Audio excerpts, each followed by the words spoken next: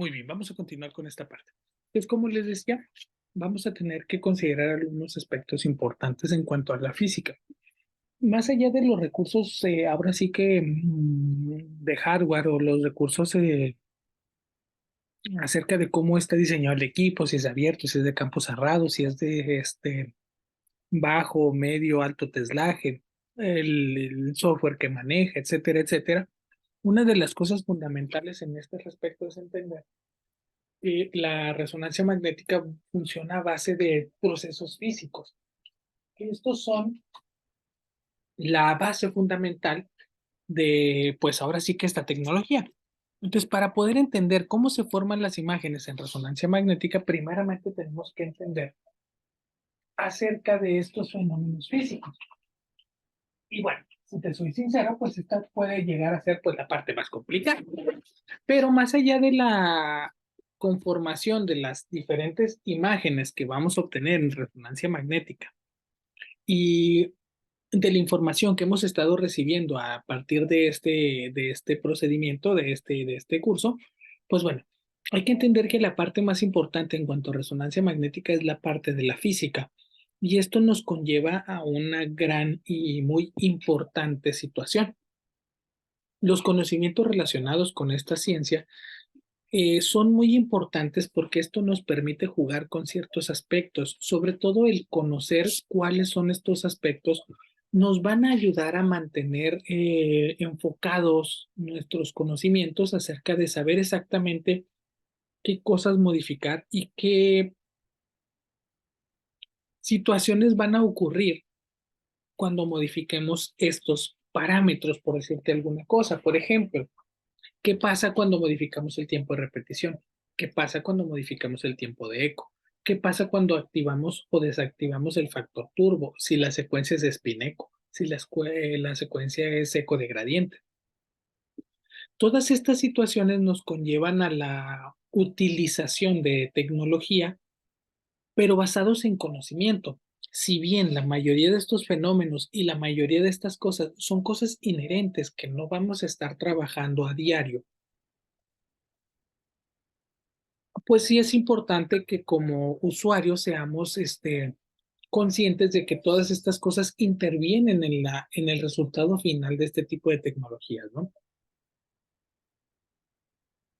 Entonces, más allá de estas situaciones, hay que entender y hay que comprender, pues, que la resonancia magnética como ciencia es un cúmulo de conocimientos que parecen sumamente complicados y que sí lo son, pero que una vez que podemos tomar el hilo y vamos tomando un poquito de conciencia acerca de estos fenómenos, nos va a permitir realizar más procesos, ser un poquito más versátiles en las cosas que podemos hacer con nuestro propio equipo. Y bueno, al fin y al cabo, esta es la función básica de todo usuario, ¿no? El conocer las ventajas y desventajas, conocer los procesos, los procedimientos que podemos realizar en nuestro equipo, las capacidades técnicas, las dificultades que se nos pueden llegar a presentar. Es increíble llegar a conocer todos los aspectos singulares de la realización de la resonancia magnética porque pareciera que nunca terminamos de conocer al 100% nuestro equipo, pareciera que nunca nos terminamos de adaptar a las circunstancias que producen los procedimientos. Y eso es algo bueno en realidad porque nos permite seguir investigando y evaluando acerca de las situaciones que se nos pueden llegar a presentar, ¿no? Una de las situaciones más importantes que yo he notado, sobre todo con el paso de los años, es que al principio todos hacemos nuestros procedimientos de una manera mecánica, ¿no? Como nos enseñaron, por repetición. Ay, así se hace el cráneo, así se hace la columna, así se hace la rodilla, así se hace el pie, así se hace el abdomen, así se hace el cerebro, así se hace la columna cervical o dorsal o lumbar. Y conforme vamos intentando aprender más, conforme vamos entendiendo un poquito más qué son los parámetros, conforme vamos entendiendo un poquito qué función realiza cada apartado, cada opción, nos vamos dando cuenta de que nuestro equipo realmente es una máquina que nos permite realizar casi cualquier cosa, ¿no? Y sobre todo, a prueba y error, empezamos a ver algunos fallos en nuestras secuencias donde se nos fue por ahí, modificamos demasiado alguna cosa o demasiado poco, demasiado mucho, y empezamos a obtener, ahora sí que valoraciones o bueno, imágenes que pues no esperábamos obtener. Entonces, en este respecto, tenemos que entender un poquito que para todo esto va a intervenir la física.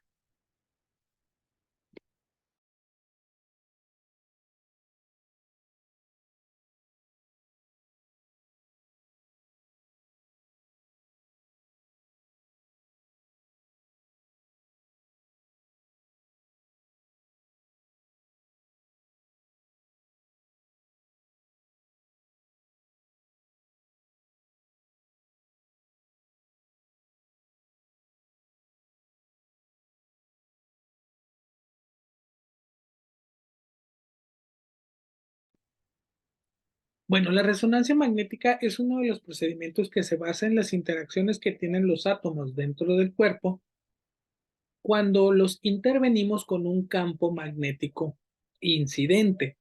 Los átomos naturalmente están en movimiento, naturalmente tienen una carga eléctrica. Cuando nosotros administramos un campo magnético externo, producimos que estos elementos o estos átomos se alineen en paralelo o antiparalelo, representando una respuesta a este estímulo. El estímulo principal es la aplicación del campo magnético. Todos estos elementos o todos estos átomos les toma un tiempo reaccionar ante el campo magnético incidente. A esto se le conoce como magnetización longitudinal y magnetización transversal. Estas dos situaciones tienen como consecuencia la posible medición de estos estímulos una vez que obtenemos los tiempos relacionados con el estímulo y la relajación que tienen los elementos. Para esto necesitamos ciertas situaciones que ahorita vamos a platicar para poder cuantificar esto. Una vez cuantificado, vamos a necesitar la utilización de un software informático para poder transformar esta información en una imagen,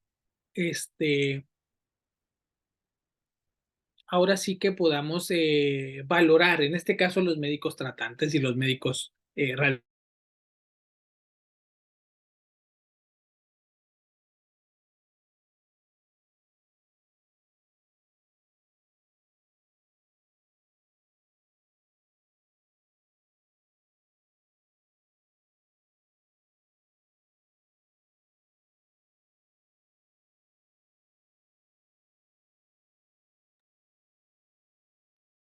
Esta tecnología se centra en los impulsos de radiofrecuencia. Estos modifican la respuesta de los átomos y puede ser medido. La radiofrecuencia como tal es una onda de radio que se interpone entre la magnetización longitudinal y la magnetización transversal, obteniendo mediciones precisas del tiempo que le tomó a estos elementos ser modificados o ser intervenidos por el campo magnético y que al fin y al cabo estos cambien su comportamiento.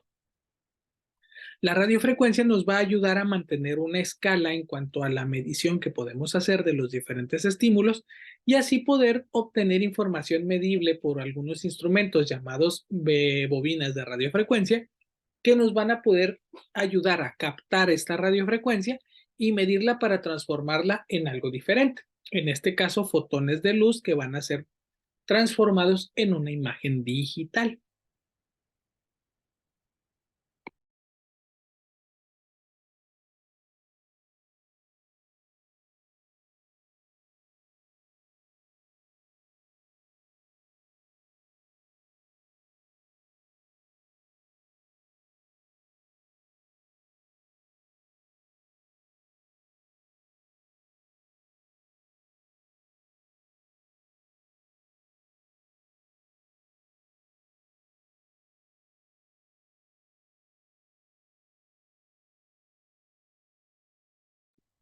Todas estas interacciones se relacionan en que los átomos absorben o ceden energía dependiendo de las interacciones con el campo magnético. Como te lo mencioné, cuando nosotros colocamos el cuerpo del paciente dentro del campo magnético, los átomos que están contenidos dentro de su cuerpo van a reaccionar de diferentes maneras dependiendo de su construcción, si es grasa, si es agua, si es músculo, si es piel, si es ligamento, si es tendón, si es cabello, si es un ojo, si es un diente. Y todas estas interacciones suceden porque se absorben o se ceden energías como consecuencia de la interacción con el campo magnético. Como te mencioné hace ratito, estas interacciones son incluso intuitivas y realmente no tenemos en la gran mayoría de los casos una injerencia importante, sino que todas estas cosas se van dando de manera natural y siendo medidas por el equipo.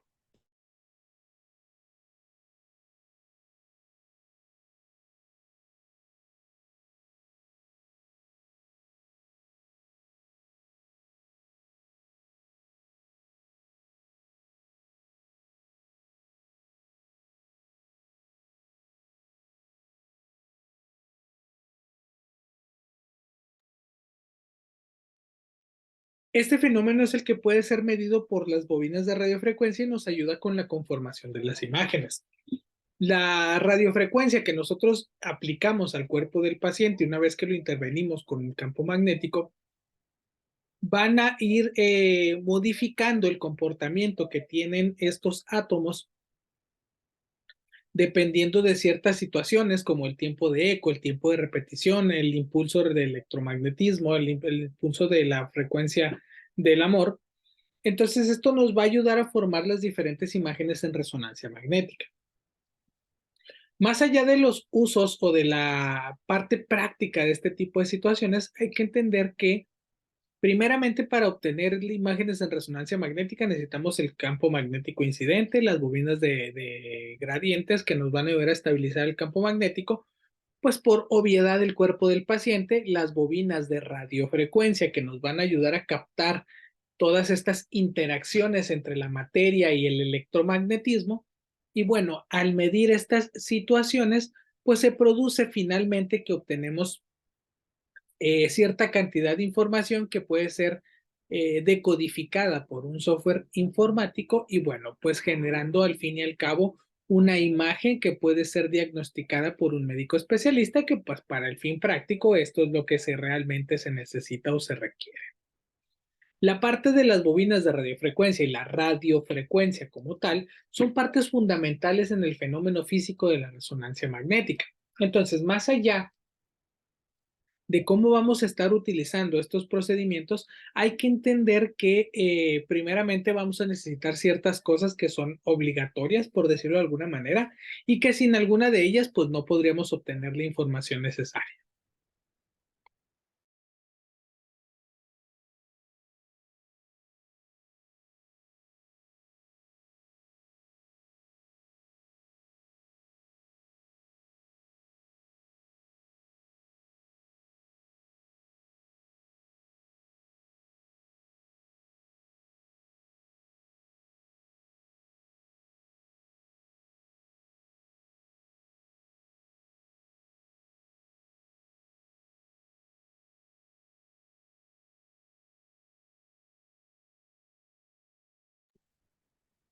Todos los tejidos del cuerpo tienen una respuesta diferente a los estímulos de la radiofrecuencia y sobre todo del electromagnetismo.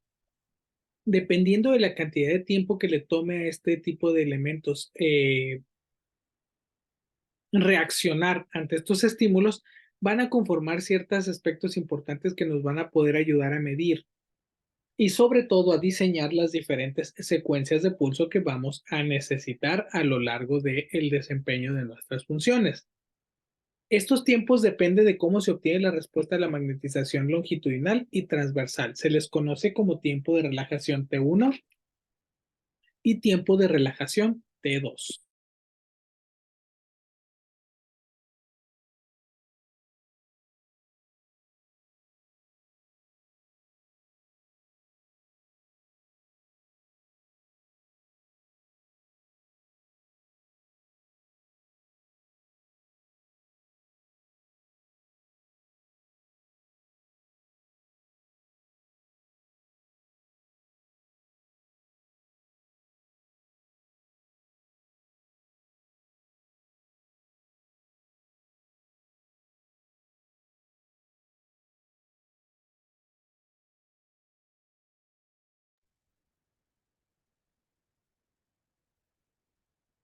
¿De qué va a depender los tiempos de relajación T1? Bueno, depende de la composición de los tejidos y su estructura en el ambiente.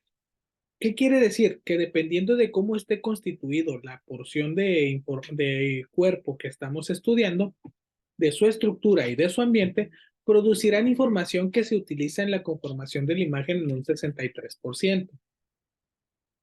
Esto quiere decir que el tiempo de relajación T1 nos da una información verídica y más exacta acerca de la propia anatomía del paciente. ¿Cómo se hace esto? Bueno, todos los tejidos dentro del cuerpo tienen un tiempo de relajación T1. Entre más denso sea este tiempo, más bien, entre más denso sea este material, el tiempo de relajación T1 será más corto. Mientras que si por otro lado es menos denso, el tiempo de relajación será muy largo. Es importante entender esto porque esto es lo que nos va a permitir diseñar secuencias en T1 o en T2 dependiendo de nuestra información que obtengamos de los pulsos de radiofrecuencia.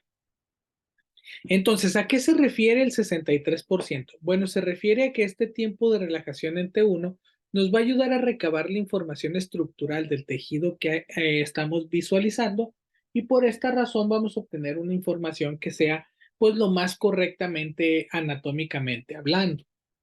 Es esencial entender que el tiempo de relajación depende de la composición del tejido, de su estructura y del ambiente. En general, los tiempos de relajación T1 están en el orden de los milisegundos, siendo el líquido cefalorraquídeo el que tiene el tiempo más corto. Es muy importante entender qué es el tiempo de relajación T1 porque es lo que nos va a permitir obtener información acerca de la anatomía del cuerpo. En general, una relajación en T1 se representan como secuencias ponderadas en T1 que nos permiten una correcta valoración de las imágenes adquiridas, sobre todo desde una perspectiva anatómica. Cuando la situación cambia y la visualización que queremos hacer es más bien acerca de la patología, entonces tendríamos que hablar de otro tipo de tecnologías. Pero bueno, en base a esto, hay que entender que los tiempos de relajación T1 nos permiten obtener información morfológica de pues la estructura que estamos estudiando y que a su vez nos permite hacer las mediciones de, sobre todo, las intensidades de la señal.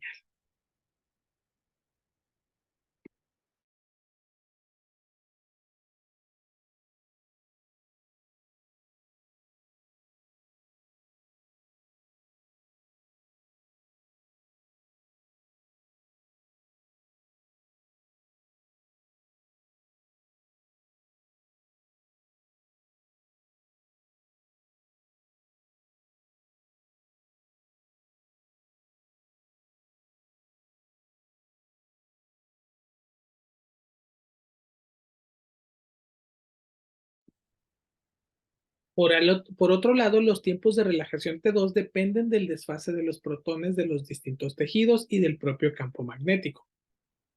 ¿A qué se refiere?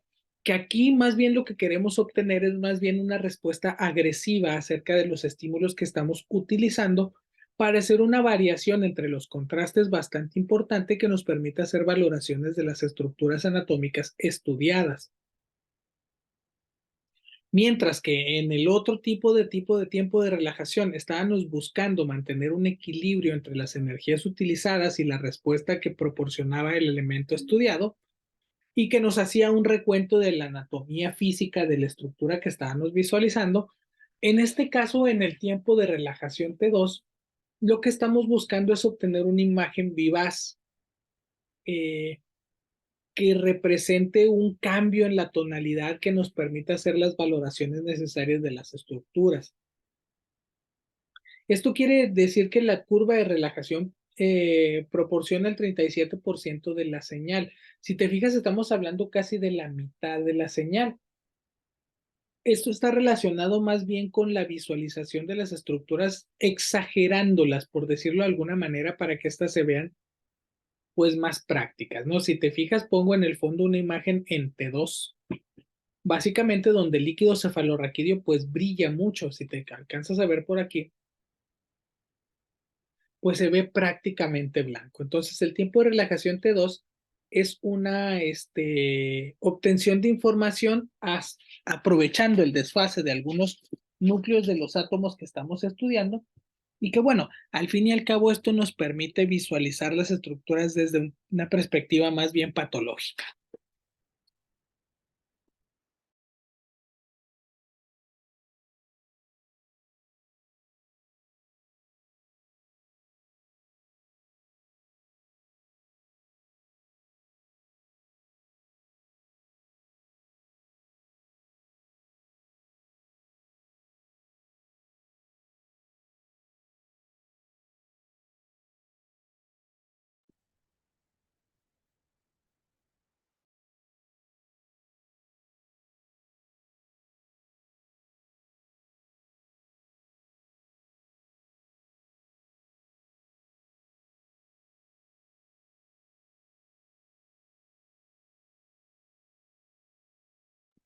Bueno, para formar una imagen de resonancia magnética dependemos de varios factores.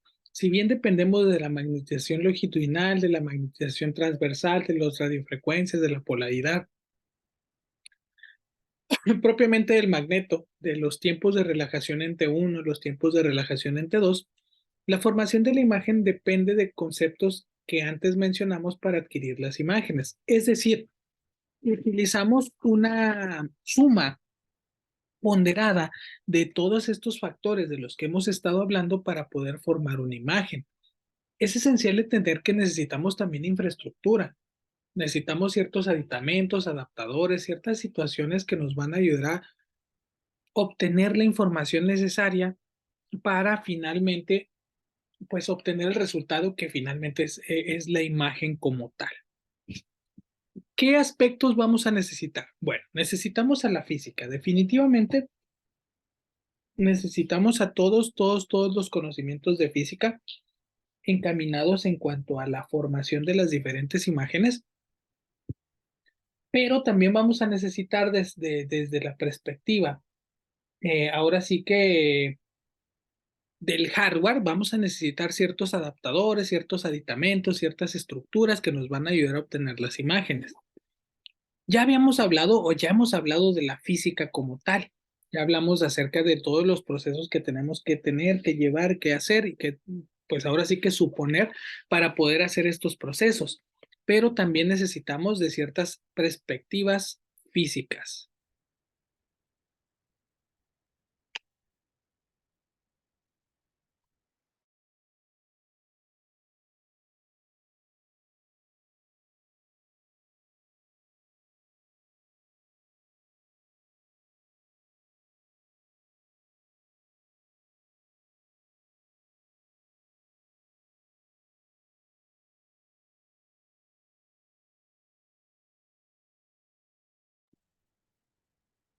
Bueno, para formar las imágenes debemos entender primeramente que cada tejido tiene una forma de reaccionar al campo magnético.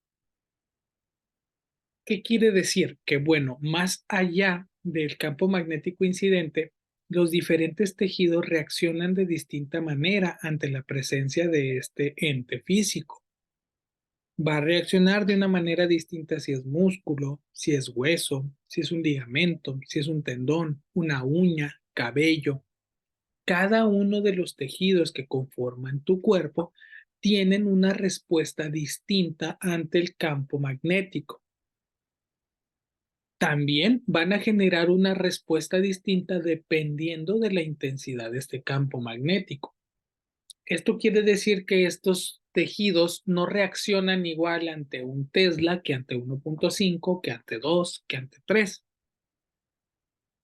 Entonces es esencial y es muy importante y es vital entender que dependiendo del campo magnético incidente, los tejidos van a reaccionar de distinta manera. También dependiendo de su tiempo de relajación longitudinal, vamos a obtener distintos tipos de señales. Dependiendo de si los tiempos de relajación son muy prolongados, son muy lentos, si necesita más desfase, si necesita más reenfase o relajación, pues todas estas situaciones van a formar lo que vienen a ser las distintas señales de los tejidos. Cuando hablemos acerca de los factores técnicos, vamos a entender que para eso vamos a tener que utilizar secuencias en T1, secuencias en T2, tiempo de eco, tiempo de repetición. Vamos a utilizar los factores turbo, el número de promedios o de excitaciones, la matriz de adquisición, el tamaño de la imagen, el field of view y algunos otros aspectos que van a intervenir en la formación propia de la imagen como tal. Entonces, para obtener todas estas reacciones y para poder obtener todas estas informaciones que van a ser vitales, es esencial que el usuario conozca las capacidades propias del equipo. Hago hincapié de nuevo. Los equipos en general hacen todos estos procesos físicos de una manera automatizada. Mas, sin embargo, esto no quiere decir que nuestra intervención no va a ser necesaria, sino muy por el contrario, significa que si nosotros utilizamos esta tecnología de manera adecuada, pues vamos a obtener beneficios propios como el realizar procedimientos más rápido o modificando ciertos factores que nos van a permitir obtener imágenes más precisas, más diagnósticas, con algunas variaciones que nos van a permitir obtener información acerca de otros tejidos. Y bueno, básicamente de lo que estamos hablando en este sentido es entender que dependiendo de estas cosas, nuestra imagen puede llegar a cambiar de gran manera.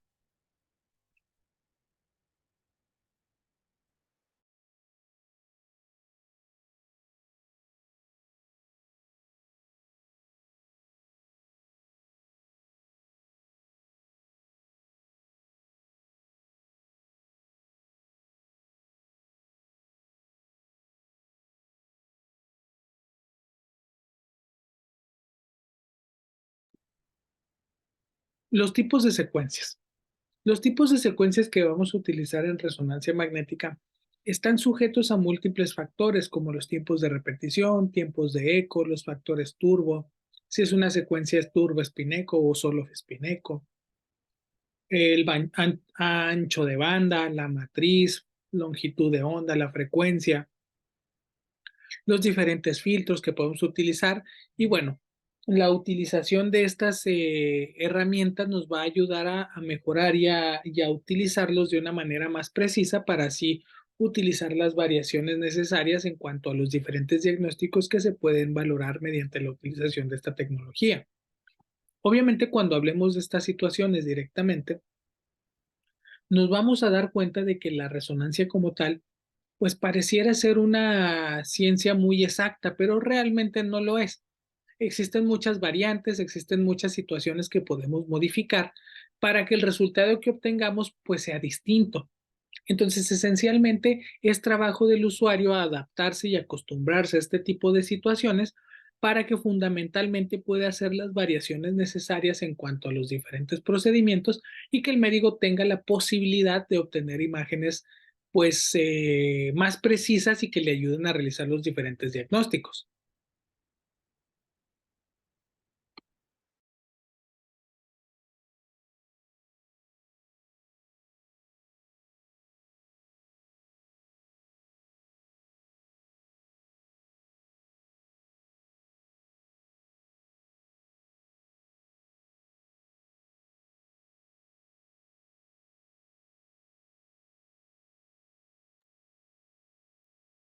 Entonces, esencialmente, esta es una de las circunstancias más importantes cuando hablamos de este tipo de procedimientos, porque finalmente la intención de este tipo de información es que el usuario tenga un criterio más amplio acerca de este tipo de situaciones y no solamente se conforme con todas las secuencias o no solamente se conforme con todos los aspectos relacionados con la enseñanza que les da su aplicador y de los protocolos, por ejemplo, que le preinstalan al equipo, sino que más bien al conocer estas situaciones, este va a ser capaz de modificar sus diferentes protocolos de manera que se obtengan las informaciones más precisas para los diferentes diagnósticos de los pacientes.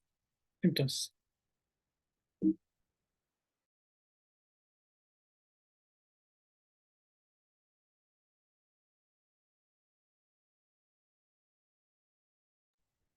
como lo mencionamos en la clase pasada, Esta parte final del curso, esta parte de la conformación de las imágenes, en esta parte en la del diseño de los protocolos, representa la cúspide de la enseñanza en resonancia magnética. Básicamente, el tú mismo fabricar tus propios protocolos, el tú mismo poder hacer tus modificaciones a tus secuencias, el tú mismo poder hacer tus variaciones en cuanto a la fase, la frecuencia, el filo view, el espesor, el ancho, la separación entre los cortes, va a determinar si tu entrenamiento ha sido adecuado. Claro es que al principio todos, como se los mencionaba hace ratito en esta misma clase, una de las cosas importantes que tenemos en este respecto es la forma en la que debemos comenzar, sobre todo cuando tenemos no tanta experiencia o cuando esta experiencia no es tan vasta. Siempre es importante utilizar lo preestablecido. Esto nos va a permitir tomar confianza y sobre todo ir aprendiendo un poco más para finalmente obtener la experiencia necesaria para realizar procedimientos más profundos o con más técnica, por decirlo de alguna manera. Bueno, de mi parte esto sería todo por la clase del día de hoy. No duden en hacerme preguntas en caso de que las tengan, dejen un comentario. Por favor, no duden en suscribirse para poder seguir haciendo videos como estos cada semana. Nos vemos en la próxima clase. Que tengan excelente inicio de semana. Hasta la próxima.